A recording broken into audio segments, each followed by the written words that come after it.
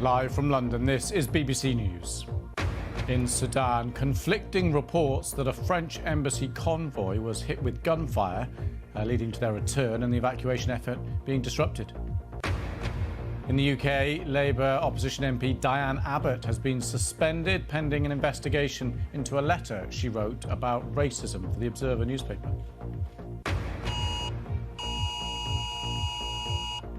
An alarm will go off on all smartphones in the UK later as a new emergency alert is tested. And the London Marathon is underway. Some 47,000 runners are taking part. It's expected to be the largest ever.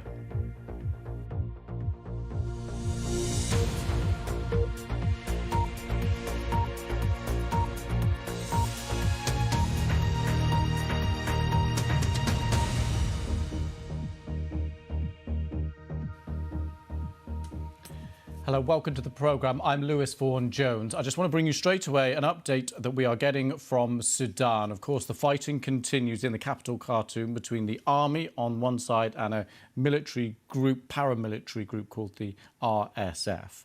The fighting continues and international efforts to evacuate diplomats is underway. One of them is by the French, and we are getting conflicting reports from both sides of the conflict of an attack on that French convoy.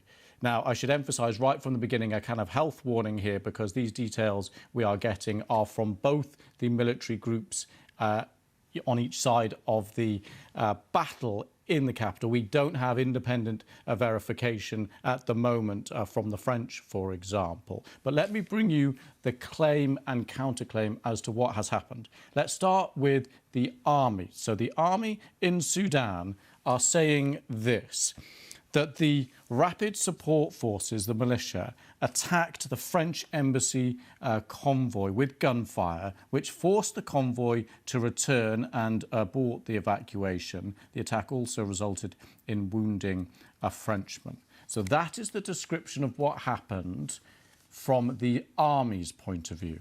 Now we can see what their opponents in this battle are saying. The RSF, that's the paramilitary force. This is a continuation of the Sudanese army statement saying they condemn the barbaric behaviour. Let's look at the RSF, though. This is their opponents. Right, the Rapid Support Forces, this is what they say. They say that they themselves were attacked by aircraft during the evacuation of French nationals from their embassy, which endangered the lives of French nationals by injuring one of them. So these are two conflicting accounts of the attack on a French convoy, which was due to be escorting French citizens and diplomats out of the country. Now, we have approached the French government for a response on this. They talk in that response about their evacuation efforts, but they have no comment at all about any alleged attack on that convoy. So just to underline again, a health warning with these claims and counterclaims. This is often the case, of course. It's called the fog of war often in these situations. When there is conflict like this, there is always claim and counterclaim, and often very difficult to get verification. Our teams here in London and across the region, of course, are working on that verification. Let's get more now. Our correspondent, Mercy Juma, is standing by. Hi, Mercy. Just bring us up to date with the latest about what we know. Indeed, I think what you've spoken about the alleged attack on a French convoy is one of the latest news. And just to point out that RSF is even claiming that it was assisting the French nationals to do the evacuation. So a lot of counterclaims, a lot of accusations as well, even as the situation gets really, really volatile in Khartoum and other parts of Sudan. Again, we're hearing a lot of gunfire, and not only in Khartoum, where most of the evacuation is being centered, but also in other parts of Sudan. We're just getting news from our contacts on the ground that in Darfur, a region of Sudan, there are now reports that at least 50 children have been killed in an attack that had both the RSF and the army fighting each other. So the number of those dying and those injured keeps going up. Right now, we're looking at 420 people, but those are just the official figures communicated as of Saturday evening. They are going up, and the injured are still stuck. People cannot access medical aid, and even those who are waiting to be evacuated are running low on supplies. People are talking about not having food, they don't have water, and some have decided to take the dangerous route and go by road out of Khartoum. Very volatile, and just going with almost blindly because they don't know when an attack would happen and if they will be saved. Mercy, can I get you just to potentially repeat yourself? And that's totally fine if you do, but I'm intrigued by what you were telling us then about fighting elsewhere, because last weekend and this week, we have really been focused on the capital, Khartoum. Of course, millions of people there, trapped, many in their homes, without supplies now, with gunfire all around them on the streets. And we heard the beginning of some fighting elsewhere, people trying to escape the city, but also forces moving outside. You spoke there about fighting outside Khartoum. Just expand on that a little for us.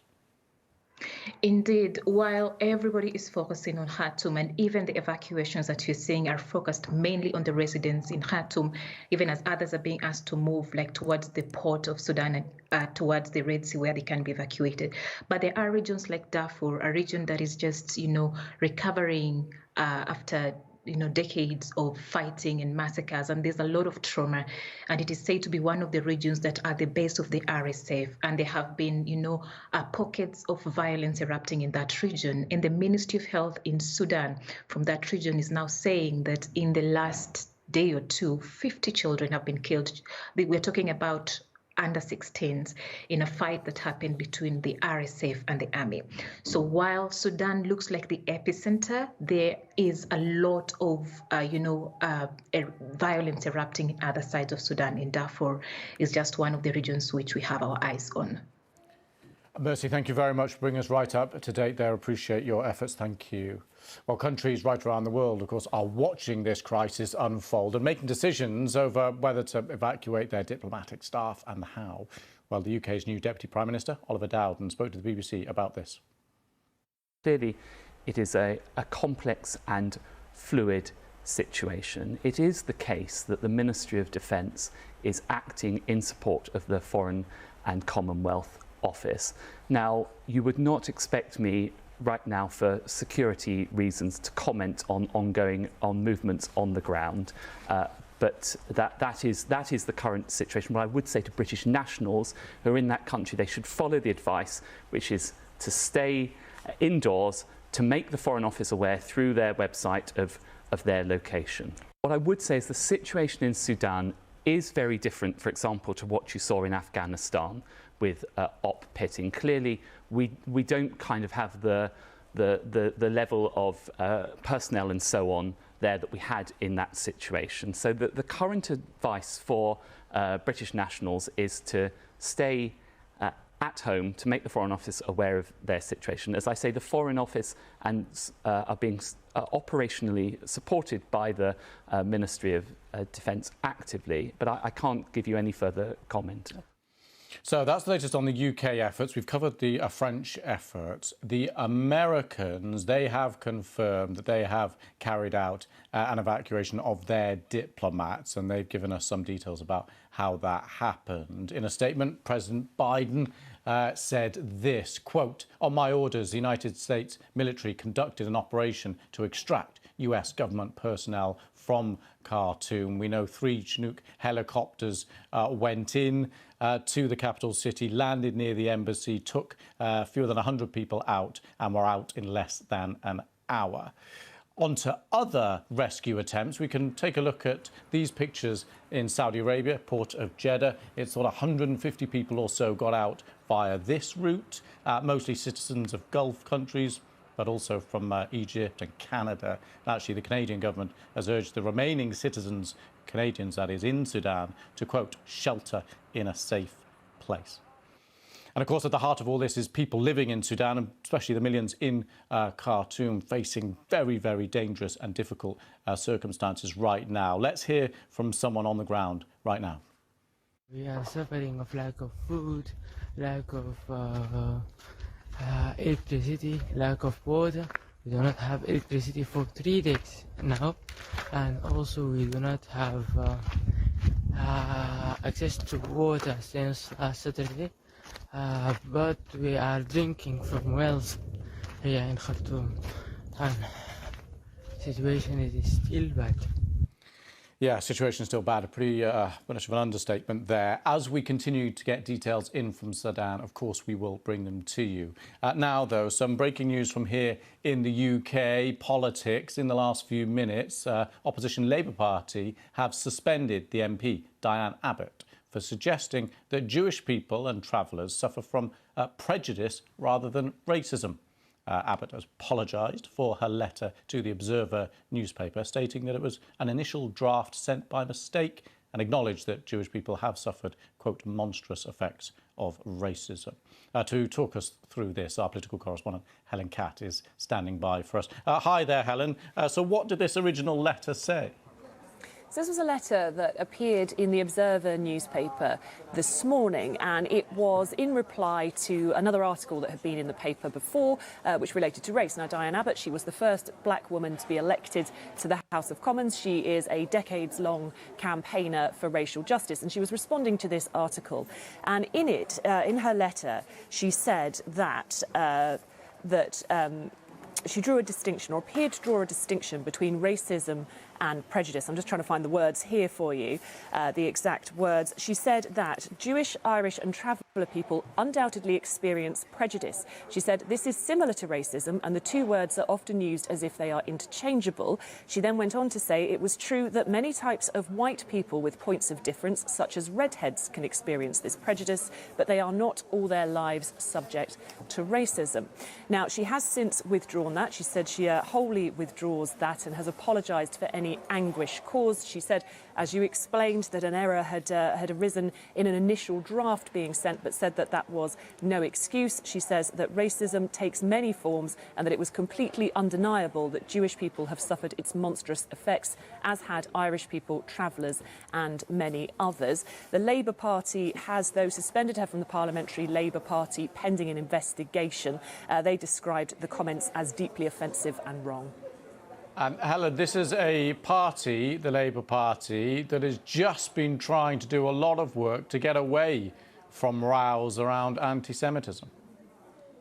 Yes, there was a period of time when the Labour Party was deeply divided over the issue of anti-Semitism, about prejudice against Jewish people. And when Sir Keir Starmer became the leader, he made a promise that he was going to root it out and in fact, sort of stamp out anti-Semitism within the Labour Party. And he's spent a large part, actually, of the last couple of years trying to do that. So in that sense, it's not, I'm not sure it's surprising that the Labour Party has gone down this route and moved quite swiftly to suspend Ms Abbott while they investigate what is happening, what was behind this letter. Helen, thank you so much for that breaking news just in the last few minutes or so, that Diane Abbott is suspended after writing that article, that letter to the Observer newspaper. We'll keep across that for you. Staying here in the UK, a loud alarm will be heard on smartphones at 3 p.m. The government is testing a new emergency alert, which could be used in future to warn people about life-threatening situations like fires, flooding or terror attacks. Here's Dan Johnson. Brace yourself for the 3 o'clock alert. Up and down the country this afternoon, almost every smartphone will make this noise. Tell me what you think. Yeah, it's something different. So it's a new sound coming out of your telephone. Okay, it's not too bad. I thought it was going to be worse. Not too bad. Not too bad. You think that's all right? Yeah. Do you think it'll take people by surprise, though? Yes, for sure. So every phone in the UK will automatically. Pretty much, yeah. Damn. What do you think that's going to be like? A bit annoying because I'll be at work on Sunday. Always makes you a little bit suspicious as why it's coming out now. Like, you know, you see what's going on in the world today. Like, you think, it makes you think. Like, You think there could be a threat? There could be. Well, that's why bring it out now. Like, you know. Falmouth Rescue 170 is on scene. The initial focus is extreme weather, warning communities about intense flooding or the risk of the sort of wildfires we saw last summer. But it could also alert us to terror attacks or criminals on the loose. The government says it will only be used in life-threatening emergencies.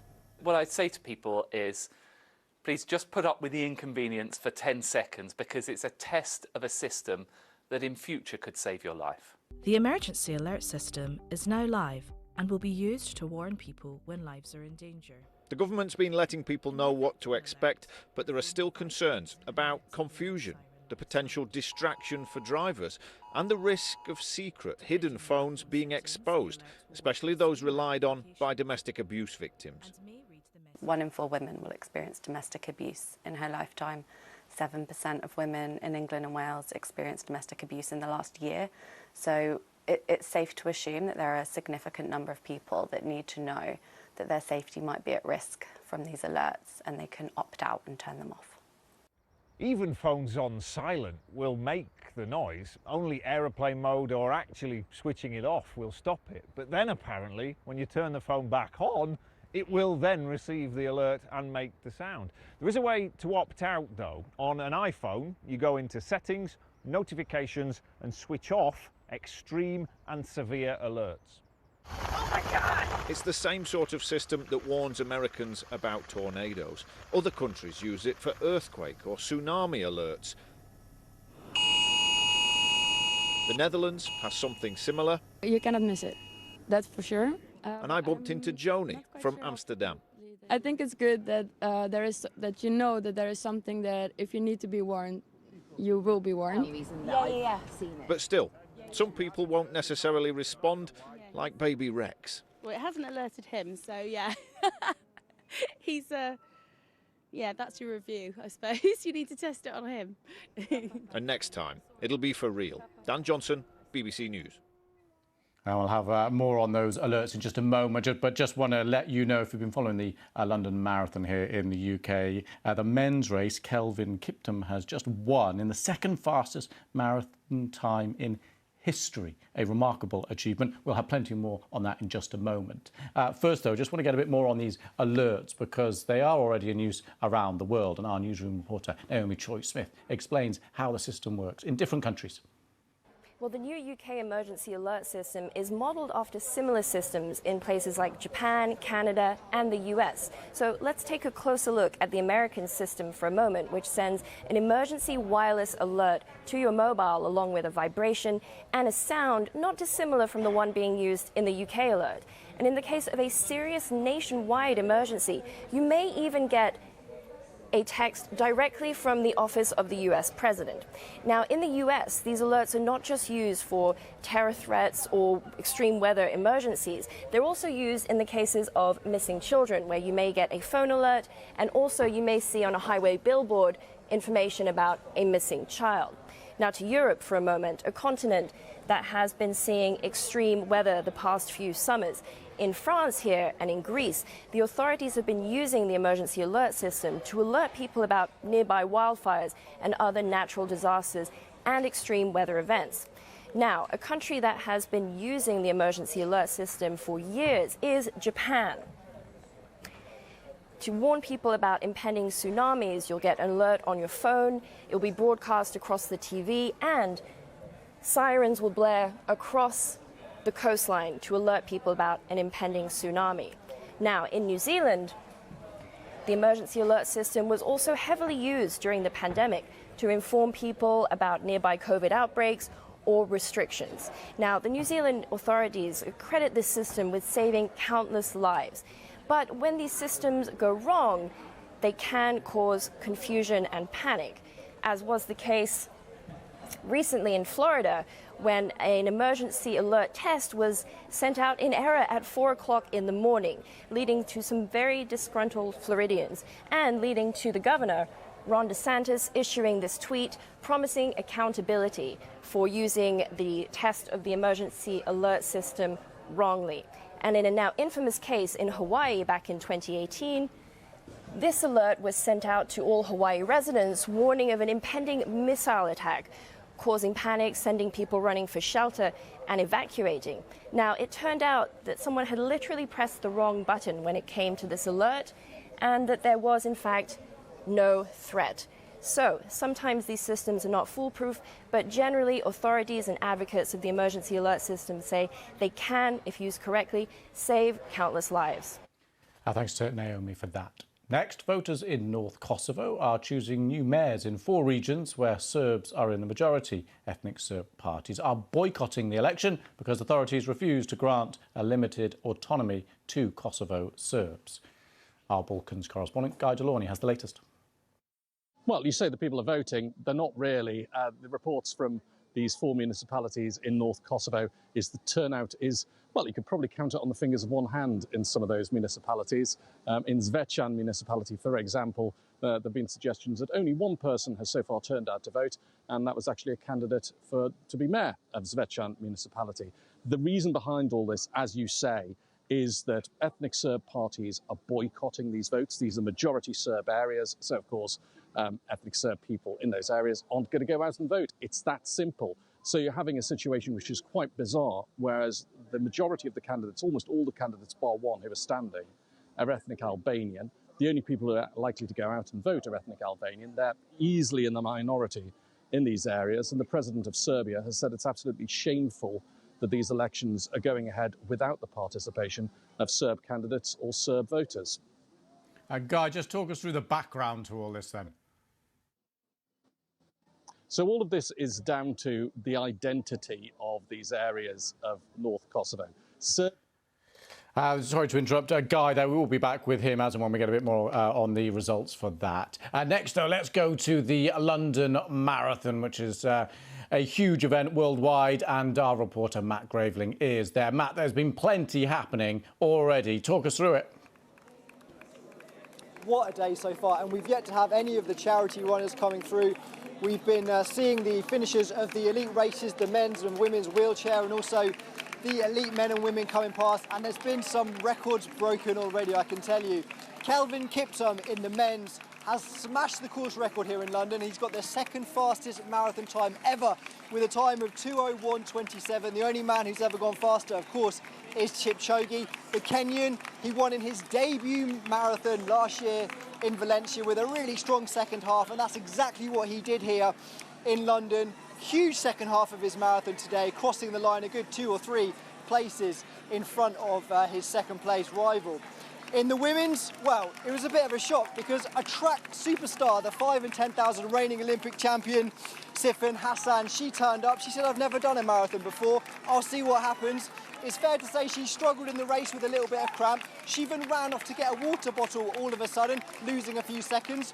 But in the last 100 metres, she kicked on and she won here in around 2:18 to take the women's trophy.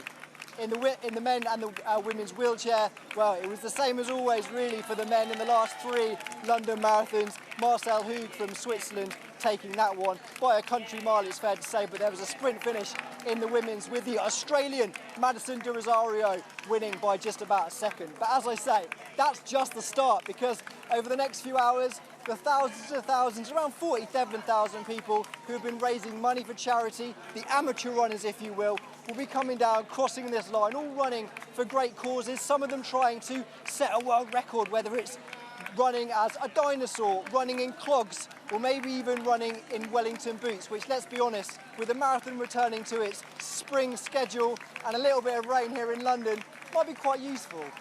Brilliant. Matt, just show us around a little if you can. Give us a flavour of what's happening.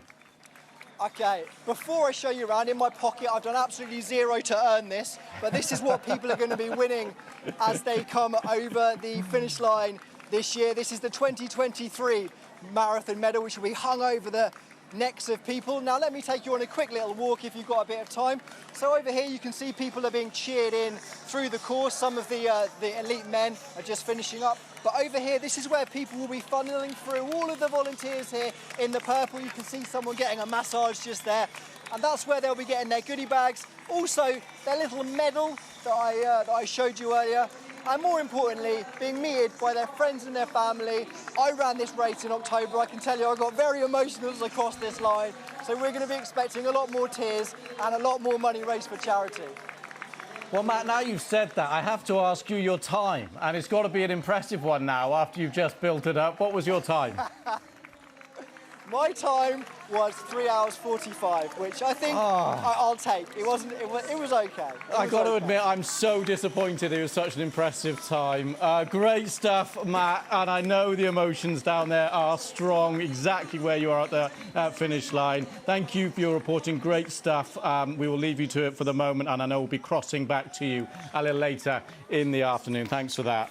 And good on all those volunteers down there as well. That constant clapping at the finish line can't be easy. But good luck to everyone who's still out on that course, who hasn't finished yet. These are people, of course, who will have been training for months and months through the wet and the wind of a gloomy UK winter. And now they are finally reaping their rewards out on the course. Good luck to them. Right, that's it for the moment. Thanks for your company. I'm Lewis Vaughan-Jones. This is BBC News. Bye-bye.